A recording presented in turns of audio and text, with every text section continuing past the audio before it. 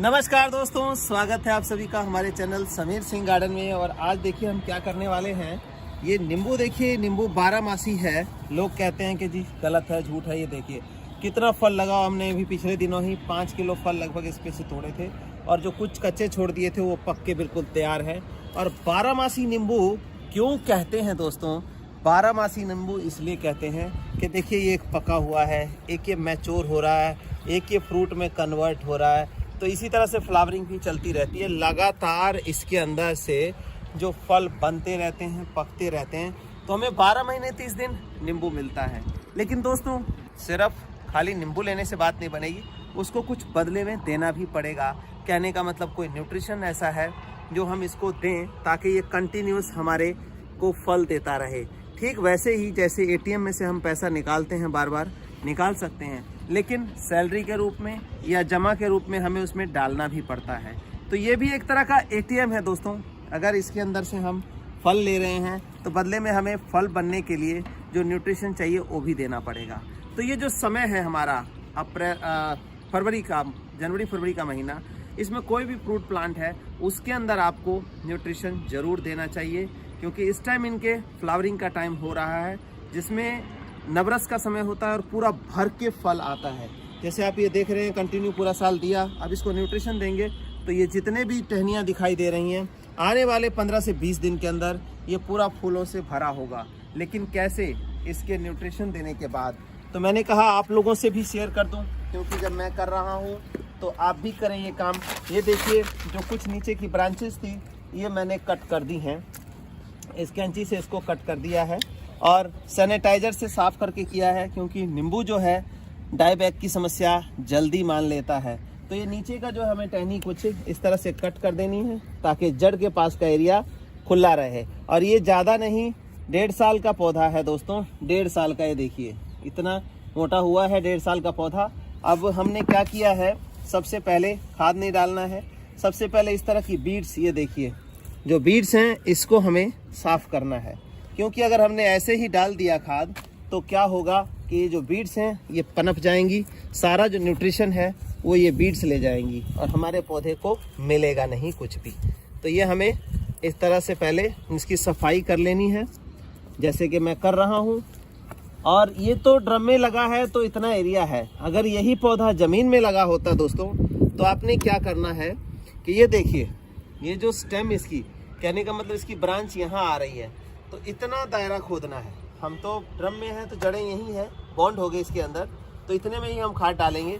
लेकिन अगर ज़मीन में लगी है और ये यहाँ आ रहा है तो इसकी जो रूट्स होती, जो न्यूट्रिशन गिविंग रूट है, वो यहाँ तक चलेंगी। प्रैक्टिकली देखिए ये जहाँ तक ऊपर का जो ब्रांच आ रहा है वहाँ पे न्यूट्रिशन गिविंग रूट्स होती है। और अक्सर हम क्या करते हैं, हम वही करते हैं, 2 फीट का दायरा खोदा, चाहे 10 साल का पौधा है या 20 साल का, उसी में खाद डाल दिया। तो वहाँ पे न्यूट्रिशन गिविंग रूट जमीन में नहीं होती हैं। लेकिन यहाँ क्या है, इसने इसको बॉन्ड कर लिया, इससे बाहर तो जा ही नहीं सकता। तो इसलिए हम इसके अंदर डालेंगे और यहीं से इसको न्यूट्रिशन मिलेगा। लेकिन ज़मीन में याद रखिए जहाँ तक इसकी ब्रांच जा रही है वहाँ तक खड्डा खोदिए, मतलब कम से कम 6 से 8 इंची मिट्टी हटा करके 4 से 5 दिन या 7 दिन का धूप लगाइए। इसके बाद उसमें आपने खाद डाल के मिट्टी को बंद कर देना है। अब हमें देखिए इसमें है, हम इसमें पहले वीड्स निकाल रहे हैं। वीड्स निकालने के बाद का प्रोसेस भी आप बने रहिए हमारे साथ, मैं दिखाता हूँ आपको। दोस्तों नींबू किसकी ज़रूरत नहीं है, नींबू तो हर घर की आम की खास की ज़रूरत है। विटामिन सी का जो है बहुत बढ़िया स्रोत है। जैसे गर्मियाँ आ रही हैं तो हमें नींबू की ज़्यादा ज़रूरत पड़ेगी। तो ये देखिए कि हमने जो है इसको खोद दिया, ये वीड्स निकाल दिए। अब क्या करना है, खाद डालने का तरीका क्या है, देखिए इधर से किनारे से मिट्टी सारी खोदनी है आपने, ऐसे खुरपी पकड़।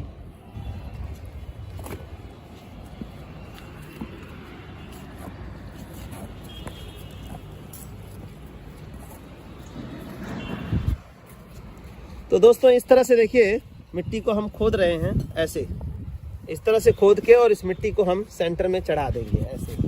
ये देखिए चाहे साइडों से जगह जो है हमारी खुली कर लेनी है, कहने का मतलब ऐसे खुली कर लेते हैं। और मिट्टी देखिए कितनी हल्की मिट्टी इसकी हमने डाली हुई है ताकि इसका जो रूट डेवलपमेंट है वो बढ़िया हो सके दोस्तों।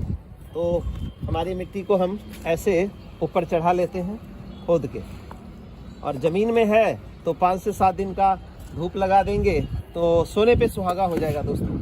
तो ये स्टेरलाइज हो जाएगा और जो भी इसके अंदर बैक्टीरिया वायरस है वो ख़त्म हो जाएगा। ये देखिए, अब हमने इसको ऐसे कर लिया और ये जो चारों साइड की जगह बची है इसको हमने बराबर कर लिया। अब हमने क्या करना है, ये फ्रूटिंग प्लांट मिक्स है, इस पौधे के अंदर लगभग 2 से 3 किलो हम इसके अंदर डालेंगे फ्रूटिंग प्लांट मिक्स। ये देखिए ऐसे डाल देना है।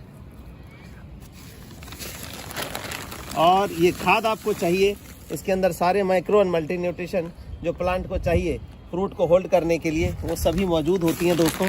अगर ये आपको चाहिए तो व्हाट्सएप पे लिखना है फ्रूटिंग प्लांट मिक्स, इतना लिखेंगे आप, हमारी डिटेल आपके पास चली जाएगी और आप ये मंगवा सकते हैं।